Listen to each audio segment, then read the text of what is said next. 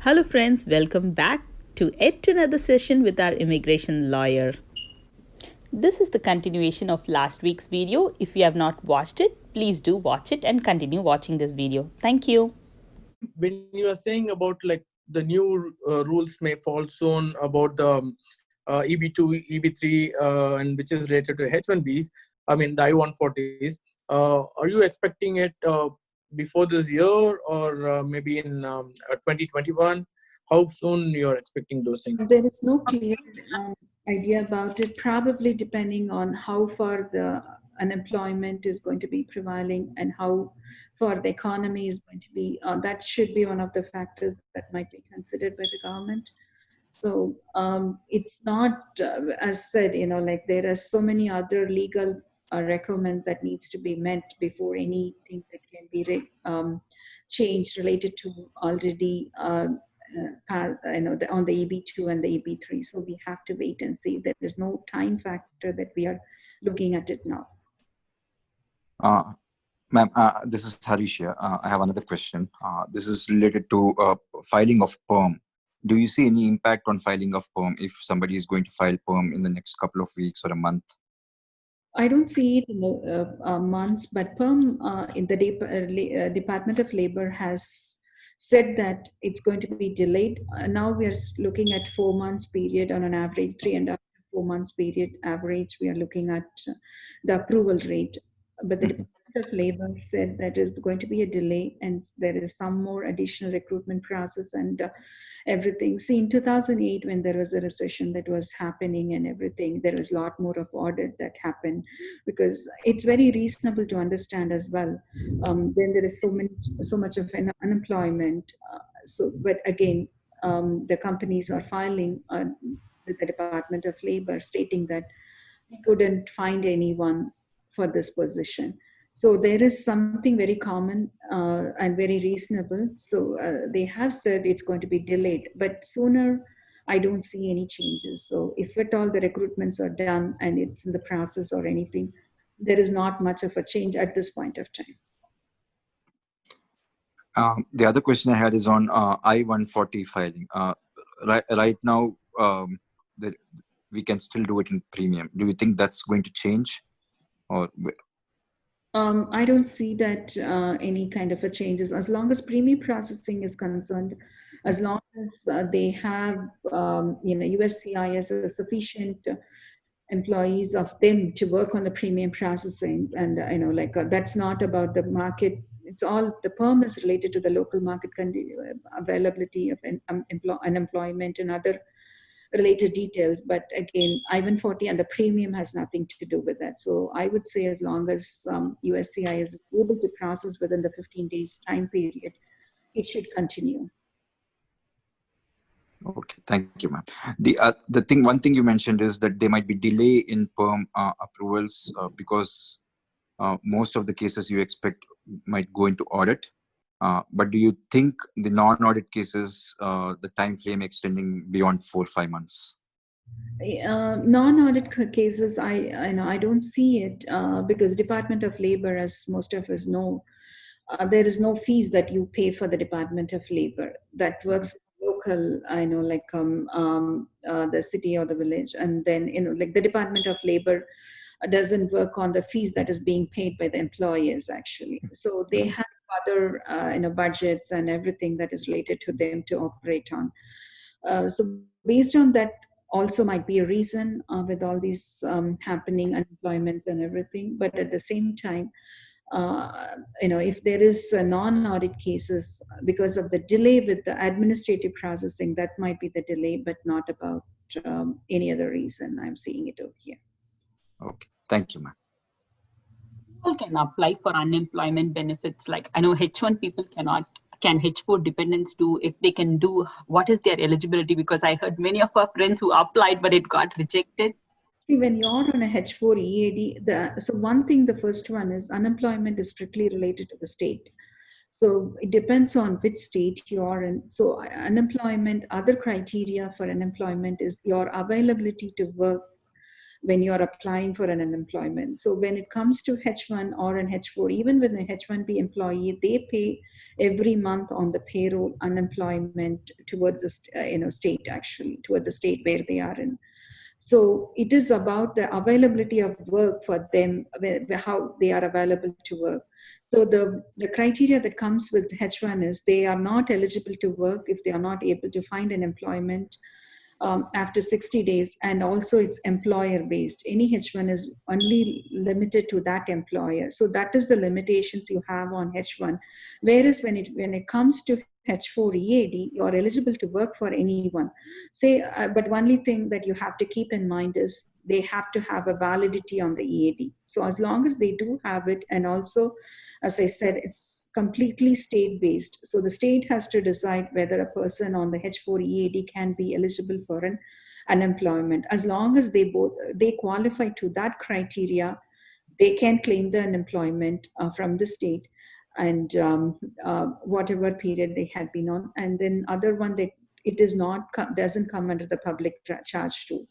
So both, so H4, if they go for it, if I go for a 485, my GC filing, whether I come under the public charge rule, it is not coming under the public charge rule. So that is something they can, do that. In one of the recent meetings, President Trump has spoken about the stuck-in stimulus package. Are you seeing it coming? Actually, even for the first stimulus packet, I didn't get into very many details because it's more related to a tax. But again, there was a very clear memo that was issued on April 10th, even though there were so many questions whether being on a H1, I can get the stimulus packet. Even if I get paid onto my bank account, do I have to refund it? But that was very clearly clarified. Even H1B non-immigrants, all the non-immigrants, they are eligible and they don't come under the public charge rule. But about the second question on yours, whether when it's going to happen, I don't really have an answer for it. We have Pramod also here, Pramod and Mohan also. They also have a few questions. Guys, please go ahead. What would be the forecasting period to get the GC in EB1? Because I'm on L1A, so I'm just planning to go for EB1. So consider the current situation. What would be the duration actually to get into that? Honestly speaking, I totally, I'm not at all looking into any of the priority, because it's I'm not really going into every month's visa bulletin to see which week it's moving forward, because it's very, very less of any movements onto that, and I'm tired of looking into it, honestly. So Pramod, I'm maybe you can find it so many resources on to find out an answer for it, rather than asking me about how far the movement is going to be. Even Satish had a question yesterday about EB3 and what AB2, which one to go for after the labor, like a PERM. Just luckily I had another client who gave me a very good detail on that earlier, because he was supposed to get into the March bulletin, and he was eligible to go for it, but with the delay in the medical with the doctor's offices and close, he missed by 2 days, and they returned the package back, and it went back actually. So he was giving me details about it, and then he told me that comparing to 2010 till 2013, there is very limited EB3. That's where I am getting this one from. I just stopped following up on the visa bulletin. But if I am right, it's on 2015. I don't see much, any other October, visa bulletin might get some more improvements towards it, but not much of a change or a delay. I won't expect it to move forward very quick, or, a much substantial delay as well. I don't see both. Okay, so I have another question which is led to my friends. From the recent changes on this H1B, whether most of my friends who they recently came, before by this year Jan or Feb, so even their family or the H4 has been stamped and consider, and there are a couple of them, the H1 they're waiting for that, they're waiting for the stamping to be done. consider the situation. There are a lot of newses are coming. There are forward messages coming stating that, like, even if you have a holding H4, you cannot travel to US. That's a rumor, or I don't know whether news are going on. Is it right or is it real? A question here is that, like, even if your visa is stamped, what they're saying it, like, they're not allowing. There is a new, I'm getting too many forward messages, like reliable sources, which I'm just like clueless. My friends are worried. That's the reason I'm asking. Actually, when Air India started their flights, there was some requirement from Air India stating that they have to have a validity period on the visa for 12 months. Is that what you're talking about? Probably. They started with that, but I think then later on they changed it, and because there is no the consulates or the USCIS, there was no limitations. Only with the executive order, it said, there was no, if there is no stamping, that you cannot enter back. That's the only limitations. Other than that, I don't see honestly any other limitations as long as you have a stamping. So how about the new stamping request for H4? Likely enough, if immigrations are started.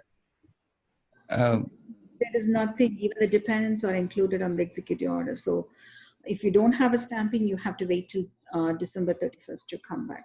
Okay, that's great. Thank you. Can we plan for the employer change, like H1 transfer at present situation? The current situation? Yeah, H1 transfer, will this affect? Like if you have an employment offer and you have documentation, supporting documentation, and as now premium is also available, so you can go for a transfer and you can wait for the approval before you resign from your old H1B employer. So wait for it, and then probably that will be the best thing to do. Go for a premium processing and then get it approved, and then you can give a notice period or whatever the criteria that needs to be done with your current employer, and then you can join the new employer. That will be the safe side to do it. Oh, thank you. And this visa validity will be based, passport expiry date will affect on visa validity. Is there any relation between these two? Yeah. So definitely the visa will be, the I-94 over here will not depend on the passport validity date, but as long as you have it at least for a 6 months period, you should be good to file for it and request for for 3 years period, which you are eligible for. But if you're going for a stamping, definitely you have to have a longer validity of your passport, so that the stamping will happen till the end of your approval period, approval of your I-94. Okay, thank you. Like, what would be the scenario if we change our employer at present, and will it get impacted in future if there is a rule change or something happens in after this year? Because like with this pandemic situation, most of the employer they were laying off, so they were trying to be in a safer side where they are trying to move to an consulting company. So consulting companies, like, how reliable they will be, or is it a safer side to moving to a consulting company at present with the present situation, or sticking with the old employer with the present project? Is that a safer situation? What would you prefer, or what would be your best answer? The only thing I always say to them is be diligent on what you're doing. So unless I know so many other details about the company that has to be transferred for, we cannot answer this. But as I said to Pramod, if you're trying to transfer your H1B, as you have a premium processing, it would be worth for you invest money on the premium processing to file for a premium and then get it approved and then switch from the older employer. So if it's other scenario, even if you know, because there are so many unpredictable situations and you cannot in any situation, there is no guarantee that anyone can give about an employer or the visa to be approved for. And that too, in particular, now it's better that you be diligent and proactive and try to get your H1B transfer approved, and then you can switch your employer. This is very gentle advice and very gentle discussion. We are doing it. There is no legal advice that has been provided by this video or any. There is nothing. Do not take it as particular to your situation, and be diligent to get some legal advice. And this is not any legal advice that has been provided on this program. It is just a discussion of friends. That's all. If you have questions, please do put it in our comments. We'll try to answer our best. And what is the right way to reach you? How can we reach you? And where's your office in? Can you please provide more details? Sure. Till now, I am the only one who is going to the office on a more regular basis. The employees are still working remotely, as it's advisable for them. And we, good or bad, we were able to figure it out very well and very efficiently work remotely. That made us to learn so many things, including the Kanban tool. And I was, not at all a technical person, but again, I learned a lot in the process, because I have to define a job duty and what does an SAP consultant do from DevOps developer do. So sometimes I just tell them, you can be this is all we have to do. So that much I have the knowledge of it, but at the same time then we made it very clear. And so our contact is going to be, it's very easy for us if we get it as an email, legal@mkimmigrationlaw.com, legal@mkimmigrationlaw.com. And the phone number also I'll provide, but it's preference definitely going to be an email, 847-1560, 847-220-1560. And any questions after this, they can put it on the comments, and definitely we'll try our best to answer it as long as it's a very gentle questions, not very specific and very personal to somebody's situations. We will try to address the questions, immigration and family-based immigration. So anything related to non-immigration, like H1B, L1s, visitor visas, as well as green cards, the PERM, I-140s, 485s, as well as family-based, like parents filing for their children, and then to be filed, the green card to be filed for the parents or spouse, anything family related, and siblings related green cards, everything will take care of it. Green card can be filed only through the employer. Is it always true? No, there's another category called family-based immigration, and so most of the people come under the employment-based category. But there is, when you become a citizen, or when your children who are born over here as U.S. citizen, when they become 21 years old, they become eligible to file for their parents' green card. There are limitations, and they are eligible to file legally, but again, they have to have some support, financial support to sponsor that and all. It's a little more detailed, but eligibility comes under any individual who's 21 years old can file for their parents, as well as even for their siblings who are non-US citizens. So they can be filed under the family-based green cards. Yeah, many of my friends were saying it looks like we won't get a green card through EB2 or EB3. Maybe through our kids, we may get it in next few years. Yeah, that's right. That's right. I know it's much better if they can send their questions as to our email. So most of them, even I try my best to even just quickly address it. Even there was a question last week. He just said that he got to see the webinar that was conducted by Chicago Tamil Sangam, and just got the contact, and I just sent an email to me about his mom's re-entry permit and the biographic information. So if it is something quicker like that, quickly we reply them back. We don't even expect them to get a paid appointment or do anything. So we just quickly reply them back saying that what is the possibilities. So I would definitely prefer an email, so that it makes it easier for us to also understand. And then definitely there are certain questions definitely that needs time and for us to research and then answer them back. So email is the best easy way to do it, but definitely they can call and leave a message and we can respond to them back depending on, on the same day, we'll try to return the call in 2 hours window of whatever the messages that has been left. But again, now with this current situation, working remote was a little challenging, but we are doing our best towards it. So what would be the max, the turnaround time of yours? I'm sorry to ask this, but I just want to, everyone want to know it. That's the reason.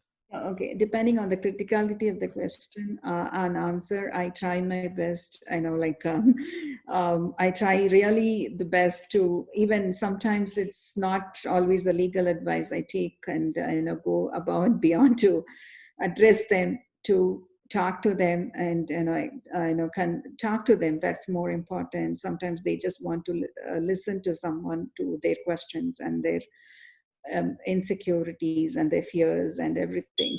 So I do my best. I done my best, but not 100%, honestly. No.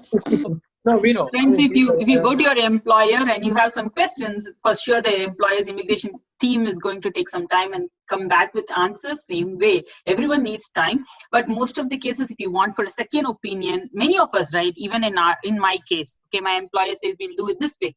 When we want a second opinion, we always go to my sister and ask. So she has always been kindful and grateful to help us. We are really blessed and very, very knowledgeable among, because I've worked with almost 3 employers and 3 times I have filed my green card. So I can really say Mary Sister is really, really knowledgeable. So everyone, whoever wants to use or who have any questions, you want a second opinion for your case, please do reach out to Sister. She'll be happy to help you. And you will really feel welcomed when you talk to her. She's so graceful and so helping and kind-hearted as well. Thank you so much, Jansi. I appreciate the kind words. We can definitely do that. But again, even in other work which is not related to immigration, definitely we can guide them, even with the registration of the corporations or any related work. We can definitely guide them with the other proper attorneys or the law firm to guide them with. And so we can provide definitely any kind of a service that is needed. It all started with a small question with the EB2 or EB3, which category we should go. And it triggered us to make a 1-hour session with you. Really, thanks a lot for your time. Really, really appreciate it. And I hope it gives a clear picture to most of the people who had a lot of questions on their mind. Thanks for watching. Don't forget to like, share and subscribe. Bye. See you soon.